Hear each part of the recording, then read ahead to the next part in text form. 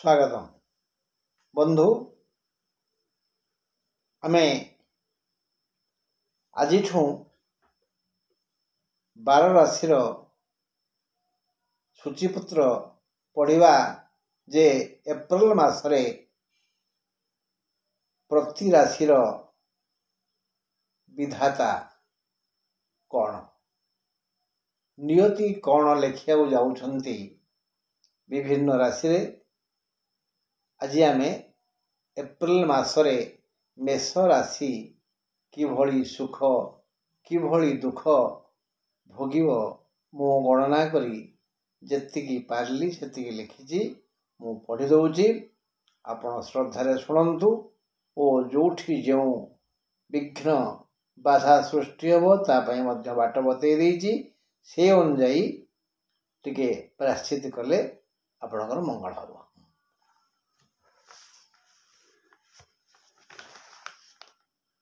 अश्विन द्विजा कृतिका एही तीन नक्षत्र सह मिसी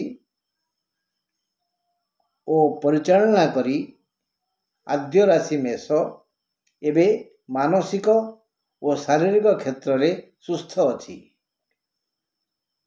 जन्मरु ये राशि साहसी और शक्तिशाली पुरुषगण अग्रदूत परी समस्त शारीरिक श्रम को आदर करती। अन्य पक्षरे मेष राशि रमणीगण सरल शांत और भद्र अटंती। एही राशि समस्त नारी सुशीला और सुंदरी कला हुंतु बा गोरी हुंतु एमानकर मुहर गठन अति चमत्कार। मेष राशि को सतर्क करी बराहमीर कहती आपण माने कौनसी रविवार रे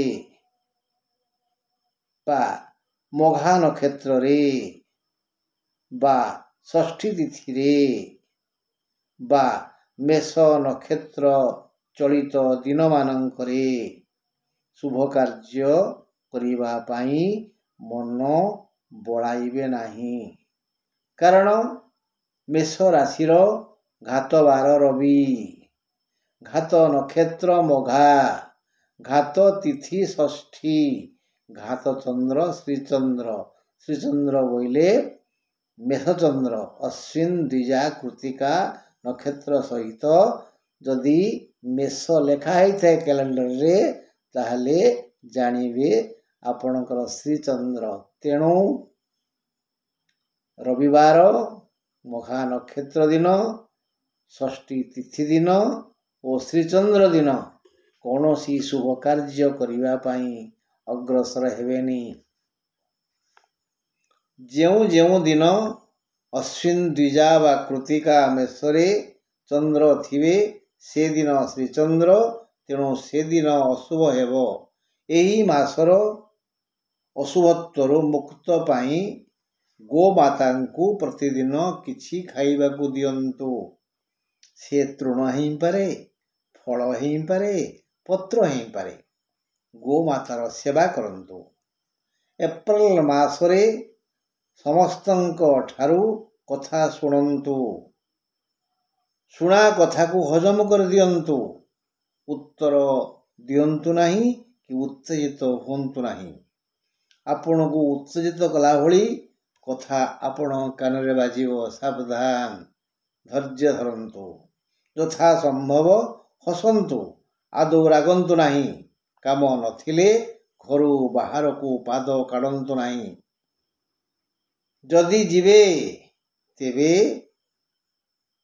कौन करिवे जदि जीवाकू अच्छी नहल न चले तेबे कौन करिवे। जदि जीवे तेबे आग हनुमानंकर 12टी नाम को शुणंतु। से नाम गुड़िक हैला हनुमान अंजना सनुः वायुपुत्र महाबल रामेष्ठ फाल्गुन सखा पिंगाख्य अमित विक्रम उदधिक्रमण सीताशोक विनाशक लक्ष्मण प्रणदाता दशग्रीवस्य दर्पहा ଏହି 12ଟି ନାମକୁ ଶୁଣିକରି ଯାତ୍ରା ଆରମ୍ଭ କରନ୍ତୁ।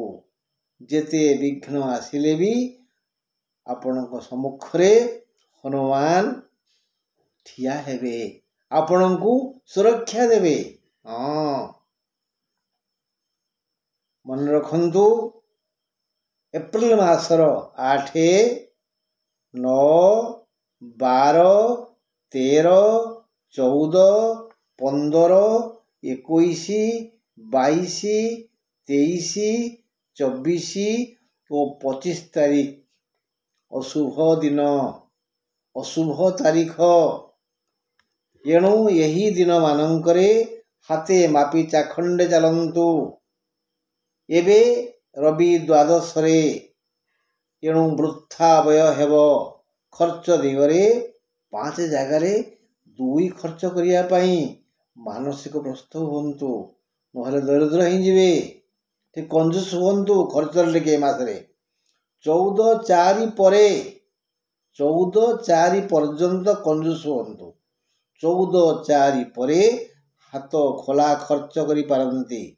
ମଙ୍ଗଳ ରାଶ୍ୟାଧିପ, ସେ ଏବେ କୁମ୍ଭରେ, ଏକାଦଶରେ, ଏଣୁ ବ୍ୟୟ ପରି ଆୟ ବି ପ୍ରବଳ ହେବ। ଯଦି ଆପଣ ଆୟ ଅଧିକ ହେଉଛି ବୋଲି ପାଣି ଭଳି ଢାଳିବେ, ତାହେଲେ ତ ବସି ଖାଇଲେ ନଈବାଲି ସରେ ନ୍ୟାୟରେ ଦରିଦ୍ର ହୋଇଯିବେ। ସାବଧାନ। ବୁଧ ନିଚରେ, ଏହି ବ୍ୟୟ ମନ୍ଦ କାର୍ଯ୍ୟରେ ହୋଇପାରେ। ମଙ୍ଗଳ ସହ ଶୁକ୍ର ବି ଆୟ କରାଇବେ। 25 ତାରିଖ ମାନେ ଏପ୍ରିଲ 25ରେ ଶନି ଉଦୟ ହେବେ। ପୂର୍ବ ଭଳି ସେ ତାଙ୍କ କାର୍ଯ୍ୟ ଆରମ୍ଭ କରିବେ। ଶନିଙ୍କ ସାହାଯ୍ୟରେ ଶୁକ୍ର ମଙ୍ଗଳକୁ ହଇରାଣ କରିବେ। ଏଣୁ ଦେହ ମୁଣ୍ଡରେ ଆଘାତ ଲାଗିପାରେ, ରକ୍ତ ବାହାରିପାରେ। ବୃହସ୍ପତି, ରାହୁ ଓ କେତୁ ନାନାବିଧ ଧନ ଓ ସୁଖ ପାଇଁ ଯୋଜନା କରୁଛନ୍ତି। ଏଣୁ ମଙ୍ଗଳ ହେବ। ମୋଟାମୋଟି 75% ଲାଭ ହେବ, 25% କ୍ଷତି ହେବ। ଏଥିପାଇଁ ଗୋମାତା, ନିଜ ଜନନୀ ସ୍ୱମାତା ଓ ପୃଥିବୀ ମାତା, ଏହି ମାତା ତ୍ରୟଙ୍କୁ ସମ୍ମାନିତ କରନ୍ତୁ। ମାତା ହିଁ ଆପଣଙ୍କୁ ସୁରକ୍ଷା ଦେବେ। ମାନେ ପୃଥିବୀ ମାତା ପାଇଁ କ'ଣ କରିବେ? ବିନା କାରଣରେ ଖୁଣ୍ଟ ବାଡ଼େଇବେନି, ମାଟି ଖୋଳିବେନି, ଗାତ ଖୋଳିବେନି, ଏ ମାସରେ କୂଅ ପୋଖରୀ ଖୋଳେଇବେନି, ଇତ୍ୟାଦି ଇତ୍ୟାଦି ଇତ୍ୟାଦି। ଆଉ ଯଦି ଅତି ଜରୁରୀ କିଛି ଗଛ ଲଗାଇବାର ଅଛି, ତାହେଲେ ଖୋଳି ସାରିଲା ପରେ ଟିକେ ପାଣି ଢାଳି ଦେବେ।